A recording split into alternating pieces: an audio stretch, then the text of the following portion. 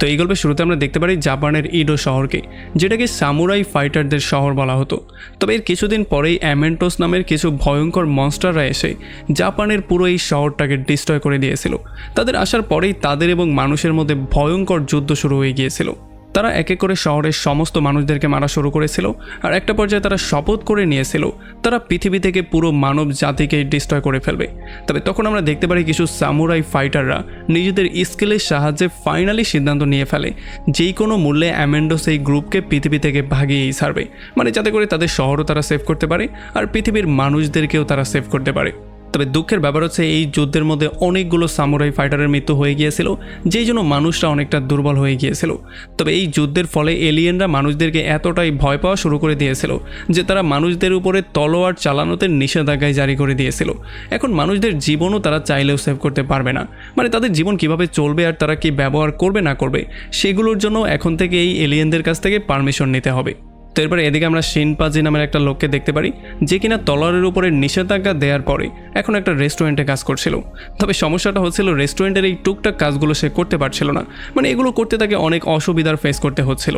তবে তখন আমরা দেখতে পারি রেস্টুরেন্টের মালিক যখন শিনপাজিকে বলে যে ওই টেবিলে বসা দুইটা টাইগারকে দুধ দিয়ে আসো, আর সে দুধ নিয়ে তাদেরকে দেওয়ার জন্য যায়, তখন একটা টাইগার ইচ্ছা করে পা দিয়ে তাকে নিচে ফেলে দেয়, যেই জন্য অবশ্যই দুধটা নিচে পড়ে যায় আর কিছু দুধ টাইগারের গায়েও পড়ে। তবে টাইগার তার ভুল স্বীকার না করে বরং সে শিম্পাঞ্জির উপরে দুধগুলো তার গায়ে ফেলার জন্য অভিযোগ করা শুরু করে। আর এই জন্য যখন শিম্পাঞ্জি গিয়ে টাইগারের পোশাকটা পরিষ্কার করা শুরু করে তখন টাইগার এলিয়েন মাথা গরম করে তাকে ধাক্কা দিয়ে দূরেই ফেলে দেয়। আর এই সমস্ত ব্যাপারগুলো দেখার পরে আরও একটা যোদ্ধা, মানে আরও একটা সামুরাই ফাইটার যার নাম ছিল গিনটোকি, তার মাথা প্রচণ্ড গরম হয়ে যায়। গিনটোকি হঠাৎই গিয়ে টাইগারের উপরে আক্রমণ করে তাকে সেখানে বেহুশ করে ফেলে। আর যখন অন্য টাইগার এই ব্যাপারটা দেখতে পারে তখন সে এটা ক্লিয়ারলি বুঝতে পারে যে গিনটোকি হচ্ছে গিয়ে একজন সামুরাই ফাইটার। এই জন্য সে অভিযোগ করা শুরু করে যে সে তলোয়ার নিয়ে ঘোরাফেরা করছিল। তবে গিনটোকি বলে যে এটা হচ্ছে কাঠের একটা তলোয়ার যেটা কিনা তোমাদের দুজনকে হারানোর জন্য যথেষ্ট। এইটা বলে সে তার উপরেও আক্রমণ করে দেয় আর তাকেও আচ্ছা রকম করে ধোলাই করে।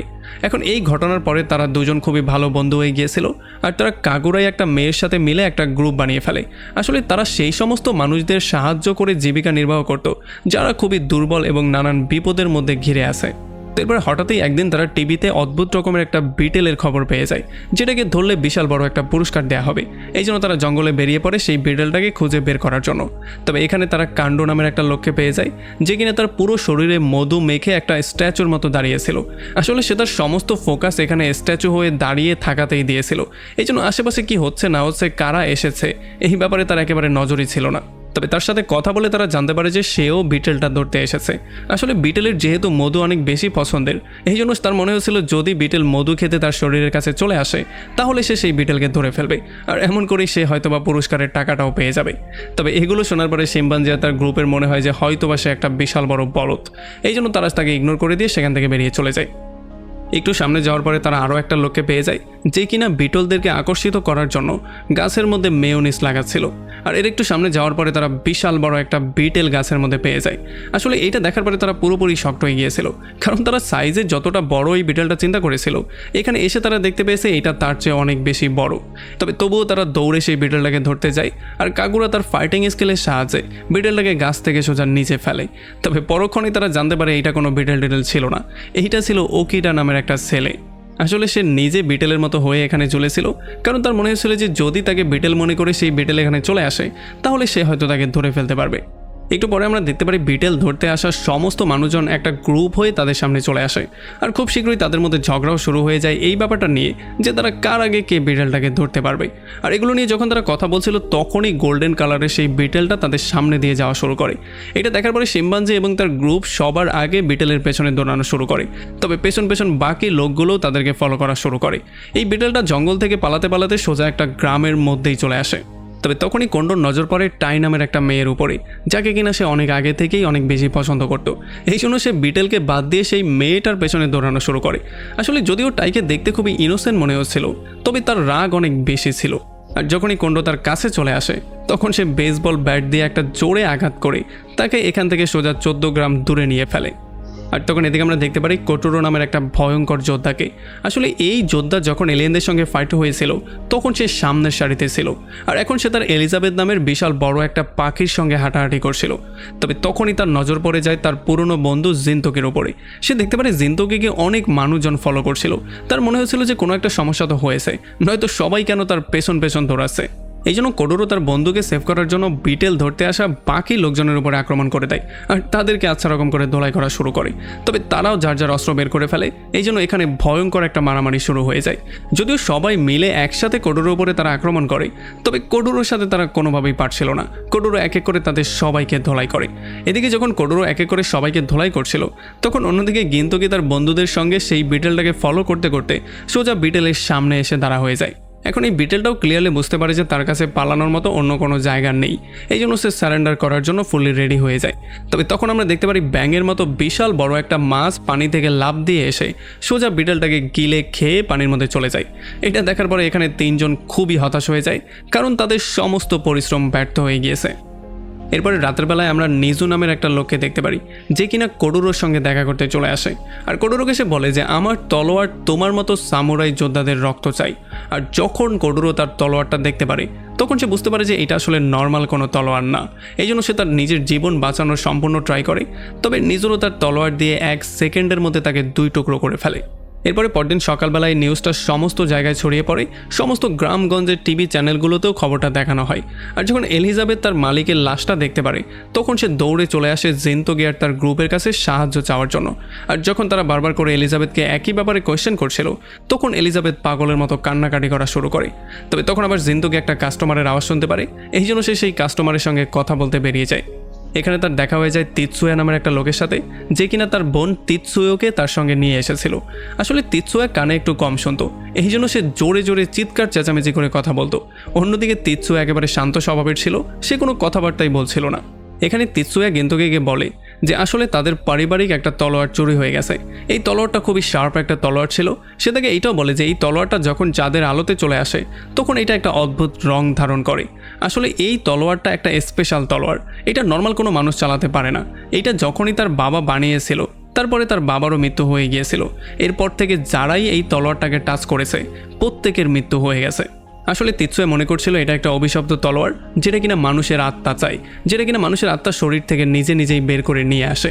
এই জন্য সে বলছিল জিনতোকিকে যেই কোনো ওয়েতে এই তলোয়ারটাকে উদ্ধার করে নিয়ে আসতে, যাতে করে আর কোনো মানুষের মৃত্যু না হয়। এখন জিনতোকি এটা করার জন্য রাজি তো হয়ে যায়, তবে সে তাকে কিছু কোয়েশ্চেন করার সিদ্ধান্ত নেয়। তবে যখন সে কোয়েশ্চেন করছিল, তখন তিৎসুয়া কিছুই শুনতে পারছিল না। এই জন্য তার বোন জিনতোকিকে বলে যে তাকে জোরে কোয়েশ্চেন না করলে সে শুনতে পাবে না।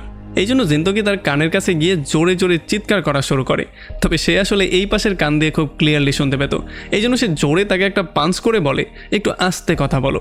এদিকে এলিজাবেথ শিম্পাঞ্জি এবং কাগুরোকে নিয়ে আসে সেই ব্রিজের উপরে, যেই ব্রিজের উপরে কোডোরোর মৃত্যু হয়েছিল। সেই সমস্ত ব্যাপারগুলো ডিটেলি তাদেরকে বুঝিয়ে বলে, আর কোডোরোর রক্ত লাগানো সেই ব্যাগটাও সে তাকে দেখায়। এরপরে কাগুরা কোডোরোর রক্ত লাগানো সেই ব্যাগটা তার বিশাল বড় কুকুরটাকে শোঙায়, আর এরপরে এইটার উপরে বসেই সে হত্যাকারীকে খুঁজে বের করতে বেরিয়ে পড়ে। এদিকে জিনতোকি তাৎসুয়ার সঙ্গে মিট করার পরে সোজা গিয়ে মিট করে ওকিটার সঙ্গে, আর ওকিটাকে সে সমস্ত ব্যাপারগুলো ক্লিয়ার করে বলে। ওকিটা তাকে একটা তলোয়ারবাজ সম্পর্কে বলে, যে কিনা শহরে ঘুরে ঘুরে মানুষজনকে খুন করছিল। এখানে ওকিটা তাকে এটাও বলে যে সেই তলোয়ারটা থেকে স্পেশাল একটা কালার বেরিয়ে আসে। আর এইটা শোনার পরে জিনতোকি এটা ক্লিয়ারলি বুঝতে পারে যে আসলে এইটা হচ্ছে গিয়ে সেই তলোয়ারটা, যেটা কিনা তাৎসুয়ার পারিবারিক তলোয়ার, মানে তার থেকে যেটা চুরি হয়েছিল। এদিকে শিম্পাঞ্জি এবং এলিজাবেথ যখন খুনির আশায় ওয়েট করছিল, তখনই হঠাৎ করে একটা গ্রামের লোক তাদের সামনে চলে আসে। আসলে এই গ্রামের লোকের তাদের উপরে সন্দেহ হয়ে গিয়েছিল, এই জন্য সে তাদেরকে এখান থেকে চলে যাওয়ার জন্য বলছিল। তবে যতক্ষণে তারা কিছু একটা বলতে যেত, তার আগেই নিজু নামের সেই ভয়ঙ্কর খুনিটা এসে এই লোকটাকে তার তলোয়ার দিয়ে 2 টুকরো করে ফেলে। এখন এইটা দেখার পরে এলিজাবেথ শিম্পাঞ্জিকেও সেভ করার ট্রাই করে, তবে সে এলিজাবেথকেও 2 টুকরো করে ফেলে, মানে তাকেও সে মেরে ফেলে। আর এরপরে যখন সে গিয়ে শিম্পাঞ্জিকেও মারার ট্রাই করছিল, তখনই এখানে জিনতোকো চলে আসে, আর সে নিজের হাত থেকে সেই তলোয়ারটাকে ছিনিয়ে নিয়ে কোনো রকমে তার জীবনটা সেভ করে। আর তখন জিনতোকো এই ব্যাপারটা জানতে পারে যে নিজুই হচ্ছে গিয়ে সেই খুনি, যে কিনা তার বন্ধু কোডোরোকেও খুন করেছিল। এই জন্য তাদের দুজনের মধ্যে ভয়ঙ্কর একটা মারামারি শুরু হয়ে যায়। তবে আমরা দেখতে পারি নিজু তার তলোয়ারের মাধ্যমে বারবার করে আক্রমণ করে জিনতোকির জীবন নেয়ার ট্রাই করছিল। তবে জিনতোকি তার লাকড়ির তলোয়ার দিয়েই তাকে ফেস করছিল আর তার জীবনটা বারবার করে সেভ করে ফেলছিল। তবে এমনটা করতে গিয়ে হঠাৎ একবার সে পুল থেকে নিচেই পড়ে যায়। তবে তবুও জিনতোকি হার মানতে চায় না, সে এই লাকড়ির তলোয়ার দিয়েই ফেস করার সিদ্ধান্ত নেয়। তবে যখন নিজু বুঝতে পারে কোনো রকমই সে তার সাথে পারবে না, তখন সেই ভয়ঙ্কর তলোয়ারটা তার পেটের মধ্যে ঢুকিয়ে দেয়। আর যখন শিম্পাঞ্জি দূর থেকে দাঁড়িয়ে জিনিসটা দেখতে পারে, তখন সে কোনো রকমে সাহস করে একটা তলোয়ার নিয়ে গিয়ে সোজা নিজুর একটা হাতে কেটে ফেলে। আর তখন ওকিডাও অন্য সামুরাই ফাইটারদের নিয়ে এখানে চলে আসে। আর যখন নিজু এই ব্যাপারটা দেখতে পারে, তখন সেটা ক্লিয়ার হয়ে যায় যে সে এতগুলো ফাইটারের সঙ্গে কোনোভাবেই পারবে না। এই জন্য সে পালিয়ে যাওয়ারই সিদ্ধান্ত নেয়। আর যেহেতু জিনতোকির শরীর থেকে অনেক রক্ত বেরিয়ে গিয়েছিল, এই জন্য তারা সবাই মিলে তাকে দ্রুত হসপিটালে নিয়ে চলে আসে। এদিকে আমরা দেখতে পারি ওন্ডো যখন তার তলোয়ারবাজির প্র্যাকটিস করছিল, তখন এখানে ওকিডা এবং তার একটা বন্ধু চলে আসে।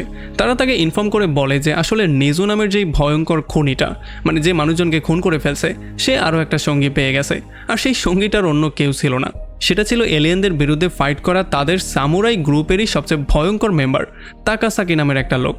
আসলে তারা প্ল্যান করছিল এখানে সমস্ত ভয়ঙ্কর ফাইটারদেরকে তাদের গ্রুপে নিয়ে আসবে। যারা তাদের গ্রুপে না আসবে তাদেরকে মেরে ফেলা হবে, আর যারা আসবে তাদের সবাইকে নিয়ে তারা এই শহরটাকে দখল করে ফেলবে। এরপরে এই শহরে তাদের রাজত্ব চলবে। এদিকে কাগুরা যখন তার কুকুরটা নিয়ে শহর থেকে অনেকটা দূরে চলে আসে, তখন এখানে সে একটা শিপ পেয়ে যায়। সে দেখতে পারে এই শিপের উপরে দাঁড়িয়ে কেউ একজন বাঁশি বাজাচ্ছিল। এই জন্য সে তাকে দেখার জন্য আস্তে আস্তে করে তার পেছনে গিয়ে দাঁড়ায় আর তার ছাতিটা দিয়ে তাকে পয়েন্ট করে ফেলে। সে তাকে বলে যে যদি তুমি উল্টো দিকে না ঘোরো, তাহলে এই ছাতি দিয়ে আমি তোমাকে মেরে ফেলবো। আর যখন সেই লোকটা উল্টো দিকে ঘুরে, তখন কাগুরা বুঝতে পারে যে আসলে সে কোনো নর্মাল পার্সন না, সে হচ্ছে ভয়ঙ্কর কোনো পার্সন। তবে তখনই তাদের উপরে গোলাগুলি শুরু হয়ে যায়। আর এই জন্য কাগুরা তার জীবন বাঁচানোর জন্য কোনো রকমে সেখান থেকে পালিয়ে চলে আসে। আর আমরা জানতে পারি তার উপরে যেই মেয়েটা গুলি করছিল, সে ছিল নিজুর সঙ্গী মাটাকা। এই জন্য কাগুরা কোনো রকমে নিজেকে সেভ করতে করতে সোজা মাটাকার কাছেই চলে আসে। আর তারা দুজন একে অন্যকে গান পয়েন্টে করে ফেলে। তবে আমরা দেখতে পারি কাগুরা একটু চালাকি করে তার মনোযোগটা একটু ঘুরিয়ে দিয়ে সোজা মাকুরাকে লাথি মেরে বেহুশি করে ফেলে। এরপর যখন সে এখান থেকে পালিয়ে যাওয়ার ট্রাই করছিল, তখন অনেকগুলো সামুরাই ফাইটার এসে তাকে ঘিরে ফেলে। তবে কেউই আসলে তার লেভেলের ছিল না। সে এক এক করে তাদের সবাইকেই ধোলাই করা শুরু করে। কাগুরা তার ছাতির মাধ্যমে এক এক করে তাদের সবাইকে মারা শুরু করে। আর যখন এক এক করে সবাইকে সাফ করে দিচ্ছিল, তখন হঠাৎই মাটাকা তার বন্দুক দিয়ে পেছন থেকে তার উপরে শুট করে দেয়।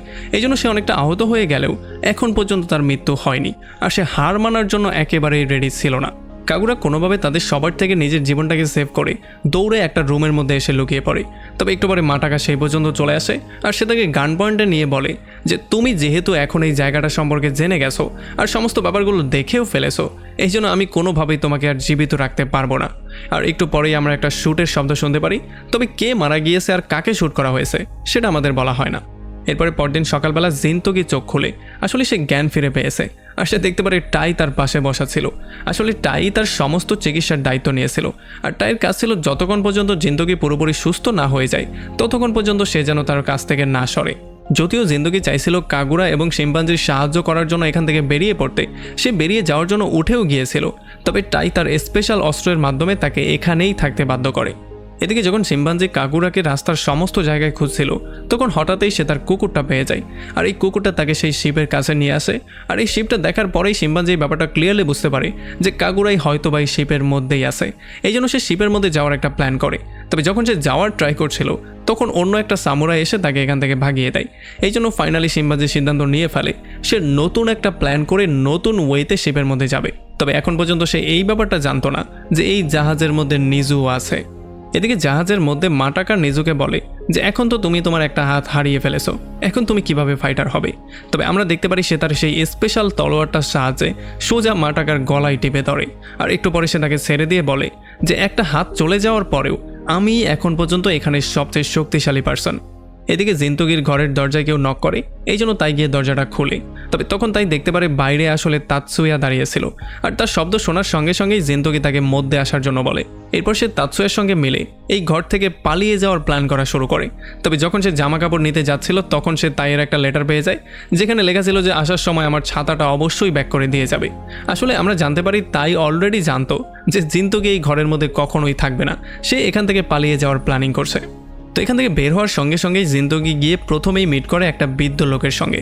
আসলে সেই বৃদ্ধর মাধ্যমে একটা স্পেশাল হাতিয়ার বানাতে চাইছিল, যেটা খুবই পাওয়ারফুল হবে। কারণ এখন যেহেতু সে নিজে অনেকটা বেশি আহত হয়ে আছে, এই জন্য সে কোনো অস্ত্র ছাড়া যদি তার শত্রুর সঙ্গে ফাইট করতে যায়, তাহলে হয়তোবা তাকে মরতেও হতে পারে। এই জন্য সে কোনো পাওয়ারফুল একটা অস্ত্রের মাধ্যমে তার শত্রুকে ফেস করার সিদ্ধান্ত নিয়েছিল। এই জন্য এই বৃদ্ধকে যখন সে সমস্ত ব্যাপারগুলো ক্লিয়ার করে বলে, তখন এই বৃদ্ধ তাকে একটা ফল দেয়, আর সে তাকে বলে যে এই ফলটা খাওয়ার সঙ্গে সঙ্গেই তুমি রাবারের হয়ে যাবে। তবে আমরা দেখতে পারি জিন্দগি কোনোভাবেই এই সমস্ত ফল টলে বিশ্বাসী ছিল না, মানে এইরকম পাওয়ার সে কোনোভাবেই চাইছিল না। এই জন্য সে তাকে নিয়ে মজা করা শুরু করে। তবে তখন এই বৃদ্ধ তাকে নিয়ে মজা করা শুরু করে। সে তাকে বলে যে এই ফলটা হচ্ছে নকল একটা ফল, তুমি কি মনে করেছিলে রাবারের হয়ে গেলে তুমি পাওয়ারফুল হয়ে যাবে? আমিও তোমার সঙ্গে মজাই করছিলাম। তো এখন জিন্দগির কাছে তার শত্রুদেরকে হারানোর মতো কোনো অস্ত্র তো ছিল না, তবে তবুও সে তাৎসুয়ার সাহায্য করার জন্য বেরিয়েই পড়ে। এদিকে শিপের মধ্যে আমরা দেখতে পারি কাগুরাকে শুলে চড়ানো হচ্ছিল। এখানে মাটাকা এবং তার বন্ধুবান্ধবরা তাকে বারবার করে তার বন্ধুদের সম্পর্কে জিজ্ঞেস করা শুরু করে, তবে কাগুরা কোনোভাবেই তার বন্ধুদের সম্পর্কে কিছুই বলছিল না। এই জন্য তাদের মাথা প্রচণ্ড গরম হয়ে যায়। তবে তখন আবার কাগুরা ইচ্ছা করেই তাদের উপরে অনেকগুলো বমি করে দেয়, যেগুলো দেখার পরে মাতাকার মাথা অনেক বেশি গরম হয়ে যায়। এই জন্য সে তাকে শ্যুট করে মারার জন্য তাকে গান পয়েন্টে নিয়ে ফেলে। তবে তখন একেবারে শেষ মুহূর্তে শিম্পাঞ্জি এসে কোনো রকমে তার জীবনটাকে সেভ করে।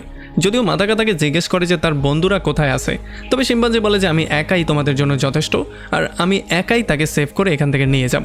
এগুলো শোনার পরে মাতাকার মাথা অনেক বেশি গরম হয়ে যায়। এই জন্য সে তাকে ধোলাই করার জন্য সামনের দিকে যাওয়া শুরু করে। তবে তখনই হঠাৎ করে তাদের জাহাজের উপরে কিছু ডাকাতরা আক্রমণ করে দেয়। এই জন্য ডাকাতদের থেকে নিজেদের জীবন সেভ করার জন্য তারা সবাই ডাকাতদের সঙ্গে ফাইট করা শুরু করে। আর এই সুযোগটাকে কাজে লাগিয়ে শিম্পাঞ্জি দ্রুত গিয়ে তার বাঁধনগুলো খুলে দেয়, আর তারা দুজন মিলে সোজা বেরিয়ে পড়ে তাদের বন্ধুকে খুঁজে বের করার জন্য। এদিকে আমরা দেখতে পারি ওকিডার লোকজন জাহাজের উপরে আক্রমণ করে দিয়েছিল, তবে তাদের ক্যাপ্টেন এবং ওকিডা বাইরেই দাঁড়িয়েছিল। আর তাদের ক্যাপ্টেন তাদেরকে বলছিল যে যতক্ষণ তোমরা আমার সঙ্গে আসো, ততক্ষণ পর্যন্ত তোমাদের জীবনের কোনো ঝুঁকি নেই। তবে এইটা বলেই যখন সে জাহাজে যাওয়ার জন্য লাফ দেয়, তখন সে সোজা সমুদ্রের মধ্যে গিয়ে পড়ে। আর তার সঙ্গীরা ওই ব্যাপারটা দেখার পরে তাকে সেভ না করে বরং তারা মিশনের জন্য বেরিয়ে পড়ে। আর তখন বাইরে আমরা দেখতে পারি জিন্তগি তাৎসুয়াকে নিয়ে এখানে চলে আসে। তবে যখন সে যাচ্ছিল তখন তাৎসুয়া তাকে একটা তলোয়ার দেয়, যেই তলোয়ারটা কিনা সে নিজে বানিয়েছিল, যাতে করে এই তলোয়ারটার মাধ্যমে সে সেই অভিশপ্ত তলোয়ারটার মোকাবেলা করতে পারে। তবে এখন পর্যন্ত তারা এই জিনিসটা বুঝতে পারছিল না যে তারা এই তলোয়ারটা নিয়ে সেই জাহাজ পর্যন্ত পৌঁছাবে কীভাবে। আর তখনই এখানে সেই বৃদ্ধ লোকটা চলে আসে, যার সাথে একটু আগে গেসোগো মিট করেছিল। এই জন্য সে তাদেরকে একটা উড়ন্ত বোট দেয়, যেটার মাধ্যমে তারা চাইলেই সেই জাহাজ পর্যন্ত পৌঁছাতে পারবে। আর তখন এদিকে আমরা দেখতে পারি জাহাজের মধ্যে ভয়ঙ্কর রকমের মারামারি চলেই যাচ্ছিল। আর যখন এখানে নিশো বাইরে আসে, তখন ওকিডা এবং তিশো মিলে তাকে অ্যারেস্ট করার সিদ্ধান্ত নেয়, কারণ সে ওরো শহরের নির্দোষ মানুষজনকে খুন করছিল। সে কারো উপরেই দয়া মায়া দেখাচ্ছিল না। যদিও ওকিডা তার বন্দুকের মাধ্যমে তার উপরে আক্রমণ করেছিল, তবে নিশো তার তলোয়ারের মাধ্যমে তার বুলেটকে দুই টুকরোই করে ফেলে। আর এইটা দেখার পরে তারা দুজনেই প্রচণ্ড ভয় পেয়ে যায়। তারা বুঝতে পারে যে এই তলোয়ারটা কোনো নর্মাল তলোয়ার না। এই জন্য ওকিডা তার বন্ধুকে সেখানে মৃত্যুর জন্য রেখে দিয়ে সে নিজে সেখান থেকে দৌড়ে পালিয়ে যায়। এদিকে শিম্পাঞ্জি এবং কাগুরা একটা ল্যাব পেয়ে যায়, যেই ল্যাবের মধ্যে সেই স্পেশাল তলোয়ারটার মতো অনেকগুলো তলোয়ার ছিল। তবে তখনই এখানে তাকাসুগি চলে আসে, আর সে তাদের দুজনকে মারার জন্য দৌড়ে যাওয়া শুরু করে। তবে একেবারে শেষ মুহূর্তে এলিজাবেথ এখানে এসে তার মুখ দিয়ে মেশিন গানের শ্যুট করে কোনো রকমে তাকে থামানোর ট্রাই করে। তবে সে বারবার করে প্রত্যেকটা বুলেটকে দুই টুকরো করে সামনের দিকে এগিয়ে যাচ্ছিল। আমরা দেখতে পারি এলিজাবেথ তার বন্ধুদেরকে ইশারা করে বলে এখান থেকে পালিয়ে যাওয়ার জন্য। তবে ঠিক সেই মুহূর্তে সে এলিজাবেথের মাথাটাকে দুই টুকরো করে ফেলে। আর তখন আমরা দেখতে পারি কোটোরো বেরিয়ে আসে এই কস্টিউমের মাঝখান থেকে। আর কোটোরোকে দেখার পরে সে প্রচণ্ড ভয় পেয়ে সেখান থেকে পালিয়ে যাওয়া শুরু করে। আর তখন আমরা দেখতে পারি শিম্পাঞ্জি এবং কাগুরা কোটোরোকে দ্রুত তাকে ফলো করার জন্য বলে, আর তারা দুইজন এখানে থেকে যায় তাটাকা এবং তার বন্ধুকে ফেস করার জন্য। এদিকে তুষি নিজুকে ফেস করছিল। যদিও সে নিজুকে বারবার করে আক্রমণ করছিল, কিন্তু যেহেতু নিজুর কাছে সেই স্পেশাল তলোয়ারটা আছে, এই জন্য সে কোনোভাবেই তার সাথে পেরে উঠছিল না। তবে ঠিক সেই মুহূর্তে এখানে জিন্তগি চলে আসে, আর সে নিজে নিজুকে ফেস করার সিদ্ধান্ত নেয়। আর সে তোশিকে বলে দ্রুত গিয়ে বাকি লোকদেরকে সেভ করার জন্য। যদিও প্রথম আক্রমণেই নিজু গিয়ে জিন্তগির ক্ষত স্থানে আক্রমণ করে, তবে জিন্তগি জিনিসটা প্রমাণ করে দিয়েছে যে তার ক্ষত স্থান তাকে কোনোভাবেই দুর্বল করতে পারবে না। এই জন্য সে তার তলোয়ার দিয়ে বারবার করে তার উপর আক্রমণ করা শুরু করে। আর এত বারবার করে আক্রমণ করার জন্য একটা পর্যায়ে তার তলোয়ারের পাওয়ার অনেকটাই বেড়ে গিয়ে সোজা সেই অভিশপ্ত তলোয়ারটার সমান সমান হয়ে যায়। আর এখন এই তলোয়ারটা সেই অভিশপ্ত তলোয়ারটাকে পুরোপুরি কাবু করে ফেলেছিল, মানে নিজু এখন আর চাইলেও কিছু করতে পারছিল না। একটু পরেই জিন্তগি তার তলোয়ারটা দিয়ে নিজুর অন্য একটা হাতও কেটে ফেলে। এই জন্য নিজু আর তলোয়ার ওঠানোর মতো শক্তিতেও ছিল না। আর যখনই এই তলোয়ারটা এই জিনিসটা বুঝতে পারে তখন সে তারের মতো নিজুর একটা হাত বের করে, আর এরপর সে নিজুকে ফুললি তার কন্ট্রোলে নিয়ে বারবার করে গিয়ে জিন্তগির উপরে আক্রমণ করা শুরু করে। এদিকে জাহাজের মধ্যে জীবনে প্রথমবার শিম্পাঞ্জি তার কোনো শত্রুর সঙ্গে ফেস করা শুরু করেছিল, এই জন্য সে প্রচণ্ড ঘাবড়েও ছিল। তবে অপোনেন্ট তার এই জিনিসটারই সুযোগ নেওয়ার ট্রাই করছিল। এদিকে মাটাকাও বারবার করে কাগুরার উপরে গুলি চালিয়ে যাচ্ছিল, তবে কাগুরাও নিজেকে বারবার করে সেভ করেই ফেলছিল। আসলে সে এতটাই ফাস্ট ছিল, মানে তার স্পিড এতটাই বেশি ছিল যে গুলি যাওয়ার আগেই সে সেখান থেকে সরে যেতে পারত। একটু পরে সে মাটাকার উপরে আক্রমণ করে তাকে তার ফাঁদে ফেলে দেয়। আর যখনই সে তাকে মারার জন্য পাঞ্চ করতে যাচ্ছিল তখনই জিন্তগি জাহাজ ফুটো করে নিচে পড়ে যায়। আসলে আমরা দেখতে পারি কাজুরো এখন একটা ভয়ঙ্কর মনস্টারের রূপ নিয়ে নিয়েছিল, আর জিন্তগি এখন তার তারের মধ্যে পেঁচিয়ে পুরো মৃতপ্রায় অবস্থায় ছিল। মানে সেই অভিশপ্ত ভয়ঙ্কর তলোয়ারটা এখন সব কিছুর কন্ট্রোল নিয়ে নিচ্ছে। আমরা দেখতে পারি নিজুর তার শরীরের উপরে একেবারেই কন্ট্রোল ছিল না। এখন সেই তলোয়ারটা নিজে নিজে তার সমস্ত সঙ্গীদের উপরেই আক্রমণ করছিল। এগুলো দেখার পরে মাটাকা তার উপরে গুলি করে তাকে মারার ট্রাই করে, তবে সেই তলোয়ারটা তার উপরে আক্রমণ করে সোজা মাটাকাকেও সেখানে মেরে ফেলে। এখন নিজুর এই পুরো শরীরটা পুরোপুরিভাবে সেই তলোয়ারের কন্ট্রোলে চলে গিয়েছিল। এই জন্য সে তার শরীর থেকে একটা ব্লেডের মতো জিনিস বের করে, যাতে করে এইটার মাধ্যমে সে জিন্তগিকে মারতে পারে। তবে তখন এখানে তেৎসুরো চলে আসে তার সেই তলোয়ারটা নিয়ে, যেটা সে নিজে বানিয়েছিল তাকে মোকাবেলা করার জন্য। এই জন্য সে এসে এটা দিয়ে তার উপরে আক্রমণ করে দেয়। আর তখন আমরা দেখতে পারি শিম্পাঞ্জি এবং কাগুরোও এসে একসাথে তার উপরে আক্রমণ করে কোনো রকমের জিন্তগির জীবন সেভ করার ট্রাই করে। কিন্তু যেহেতু নিজু অনেক বেশি শক্তিশালী ছিল, এই জন্য সে তাদের সবাইকে হারিয়ে দিয়ে আবারও তাৎসুরোর উপরে আক্রমণ করার সিদ্ধান্ত নেয়। আর যখন তিৎসুয়া দেখতে পারে তার বোনের মৃত্যু হয়ে যাচ্ছে, তখন সে তার বোনের জীবনটা সেভ করার জন্য শেষ মুহূর্তে তলোয়ারের সামনে চলে আসে আর তার জীবনের সম্পূর্ণ ঝুঁকি নিয়ে নেয়।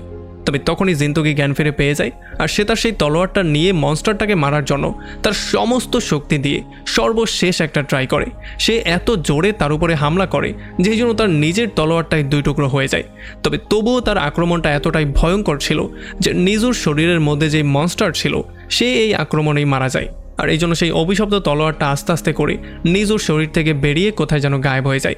মানে তাৎসুয়ার বানানো সেই তলোয়ারটার মাধ্যমেই এখন নিজুর শরীরটাও সেই অভিশপ্ত তলোয়ার থেকে মুক্ত হয়ে গেছে। এখন এই সমস্ত ব্যাপারগুলো হয়ে যাওয়ার পরে কোটোরো তাকাসুকিকে এটা বুঝিয়ে বলে যে ইডো শহরকে দখলে নেয়ার যে প্ল্যানিং তারা করেছে, এই প্ল্যানিং থেকে যেন তারা সরে আসে। তবে তখনই একটা এলিয়েন এসে পেছন থেকে তাকে ধরে ফেলে, আর খুব শীঘ্রই আমরা দেখতে পারি অন্য অন্য এলিয়েনরাও চারপাশ দিয়ে জাহাজটাকে ঘিরে ফেলে আর সবাইকে মেরে ফেলা শুরু করে। এদিকে যখন তোশি এবং ওডিয়া এসে জিন্তগির সঙ্গে মিট করে, তখন জিন্তগি দ্রুত তার বন্ধুদেরকে এখান থেকে সেফ বের করে নিয়ে যাওয়ার জন্য বলে, আর সে নিজে জাহাজে থেকে যায় বাকি মনস্টারদেরকে মারার জন্য। এরপরে যখন জিন্তগি তাকাসুকিকে খুঁজতে খুঁজতে উপরে চলে আসে, তখন সে এই জিনিসটা দেখে পুরোপুরি শকড হয়ে যায় যে যেই তাকাসুকি একটা সময় এলিয়েনদের বিরুদ্ধে ফাইট করার জন্য তার সঙ্গে যুদ্ধ করেছে, সেই তাকাসুকি এখন এলিয়েনদের পক্ষ হয়ে কাজ করছে। তবে তখন এখানে বিশাল বড় একটা ব্লাস্ট হয়ে যায়, যেটার সুযোগ নিয়ে কোডোরো সেই এলিয়েনের হাত থেকে নিজেকে ফ্রি করে ফেলে, আর এক এক করে সে সবাইকে মারা শুরু করে। আর তখন এখানে মাটাকাও জ্ঞান ফিরে দৌড়ে চলে আসে, আর সে তাদের সবাইকে গান পয়েন্টে নিয়ে তার ফ্রেন্ডদেরকে সেভ করার ট্রাই করে। তবে তাকাসুকি তাদের সবাইকে এখান থেকে চলে যাওয়ার জন্য বলছিল, কারণ সে এই ব্যাপারটা খুব ক্লিয়ারলি জানতো যে একটা না একটা সময় জিন্তগির সঙ্গে তার মোকাবেলা করতেই হবে। এরপর যখন তাদের মধ্যে মারামারি শুরু হয়ে যায়, তখন আমরা দেখতে পারি যেহেতু তারা দুজনেই খুবই ভালো ফাইটার ছিল, এই জন্য কেউ কারোর সাথে কোনোভাবেই পারছিল না। একের পর এক আক্রমণেও তাদের কিছু হচ্ছিল না, এই জন্য তারা তলোয়ার বাদ দিয়ে হাত দিয়েই ফাইট করার সিদ্ধান্ত নেয়। আমরা দেখতে পারি জিন্তগি তার শত্রুকে একটা সময় ধরে জোরে একটা প্লেটের উপরে আছাড় মেরে ফেলে দেয়, যেই জন্য তারা দুজনেই অনেক বেশি আহত হয়ে যায়।